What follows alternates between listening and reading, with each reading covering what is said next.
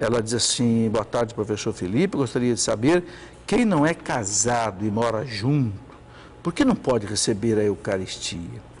Ô Gemina, não pode receber a Eucaristia porque não está vivendo de acordo com as leis da igreja, a vontade de Deus. Por quê? Qual é a vontade de Deus? É que todo mundo que vai morar junto, vai ter vida conjugal, vida sexual, se case, põe uma aliança no dedo e se case diante de Deus, porque Jesus disse: não separe o homem o que Deus uniu. Esse Deus uniu é pelo sacramento do matrimônio. Então a igreja ensina o seguinte: só pode viver vida conjugal, marital, matrimonial quem recebeu o sacramento do matrimônio.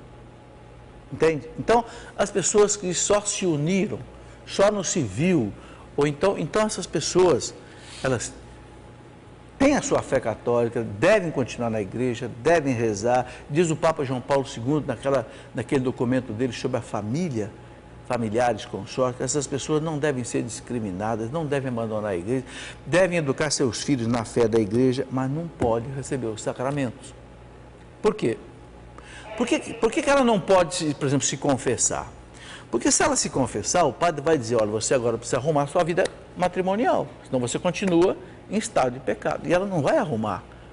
Assim, então ela não pode confessar e também não pode comungar. Mas não deve, repito bem, não pode ser discriminada, deve ser acolhida na igreja e deve rezar e deve fazer de tudo para você acertar a sua situação.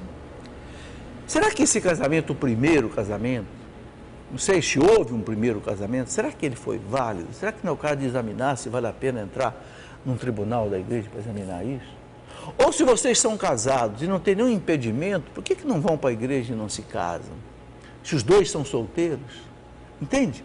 Então, o importante é fazer a vontade de Deus. Aí nós seremos felizes e vamos poder receber todos os sacramentos.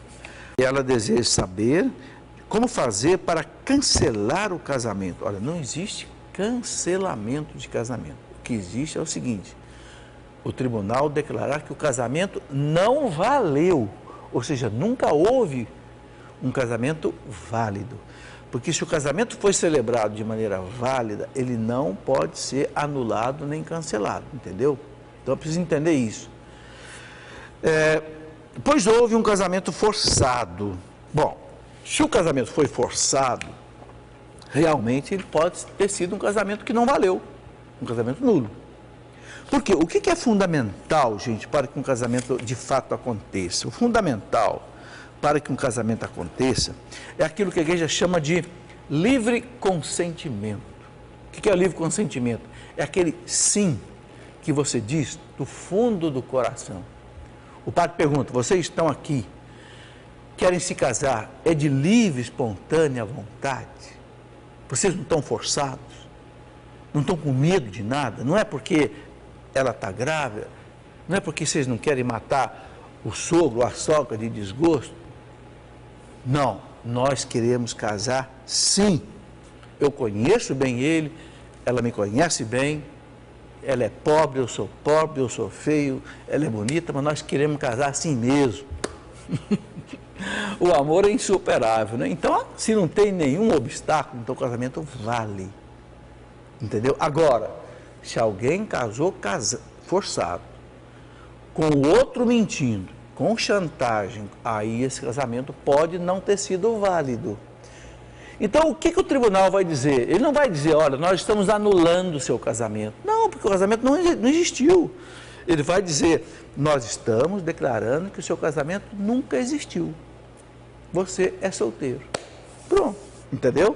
Então, pode acontecer. Se o casamento foi forçado, realmente pode acontecer isso.